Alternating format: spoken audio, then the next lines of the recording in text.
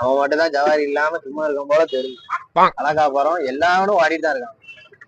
நம்ம கூட இருக்கோம் எப்படி தான் பார்ப்போம். ஏன்னா நம்மள கூட நம்ம கூட இருக்கவனும் ஜவாரி இல்லாம இருந்தாதான் நமக்கு ஒரு நிம்மதியா இருக்கும்.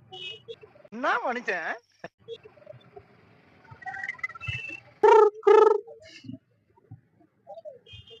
அழகா ஒரு வழியா எடுத்து ஒளிஞ்சிட்டான். அழகா போறோம். என்னடா ஜவாரி போனியா? எது இருக்கா? போவாவா? போ அப்படியே திருத்துருவா ரோட் ரோடா போ, ஏதாவது கிடைக்கும்.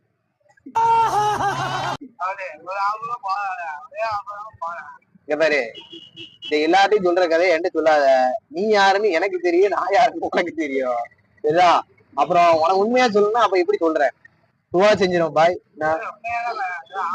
டயரு பஜாஜ் டயரா புதுசா என் ஃப்ரெண்டு வாங்கணும், புது டயரா வாங்கணும். அதுக்கு நீ வந்து திரும்ப செஞ்சு அவன் டயரை வெடிக்க வச்சு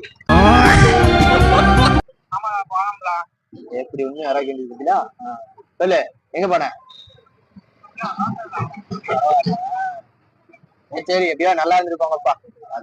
இப்படி போய்க்கலாம். அது உண்மையிலேயே உங்க டயர் வச்சு இன்னொரு அழகா போறாங்க. நம்ம குழப்ப நாசமாகன்னு நினைப்பாங்கல்ல, நம்ம இன்னைக்கு நினைப்போம். போன் அடிச்சு எப்படி டிஸ்டர்ப் பண்ற மாட்டாங்க. ஹலோ, பொய்ப்பெட்டி பொய்யின் திலகம் இமயமா? பொய்ப்பெட்டின்னு வச்சுக்கிறேன். என்னண்ணா எங்கண்ணா இருக்கியா? சரி, ஓகே ஓகே. அதான் சும்மாதான் உன் சொல்ல போனதான் டிஸ்டர்ப் பண்ணதான் அடிச்சேன். நான் ஆய்மரம் தான் பக்கம் தான். நல்ல ஜவாரி போயிட்டு அடைச்சிருந்துச்சா? எப்படி இருந்துச்சு?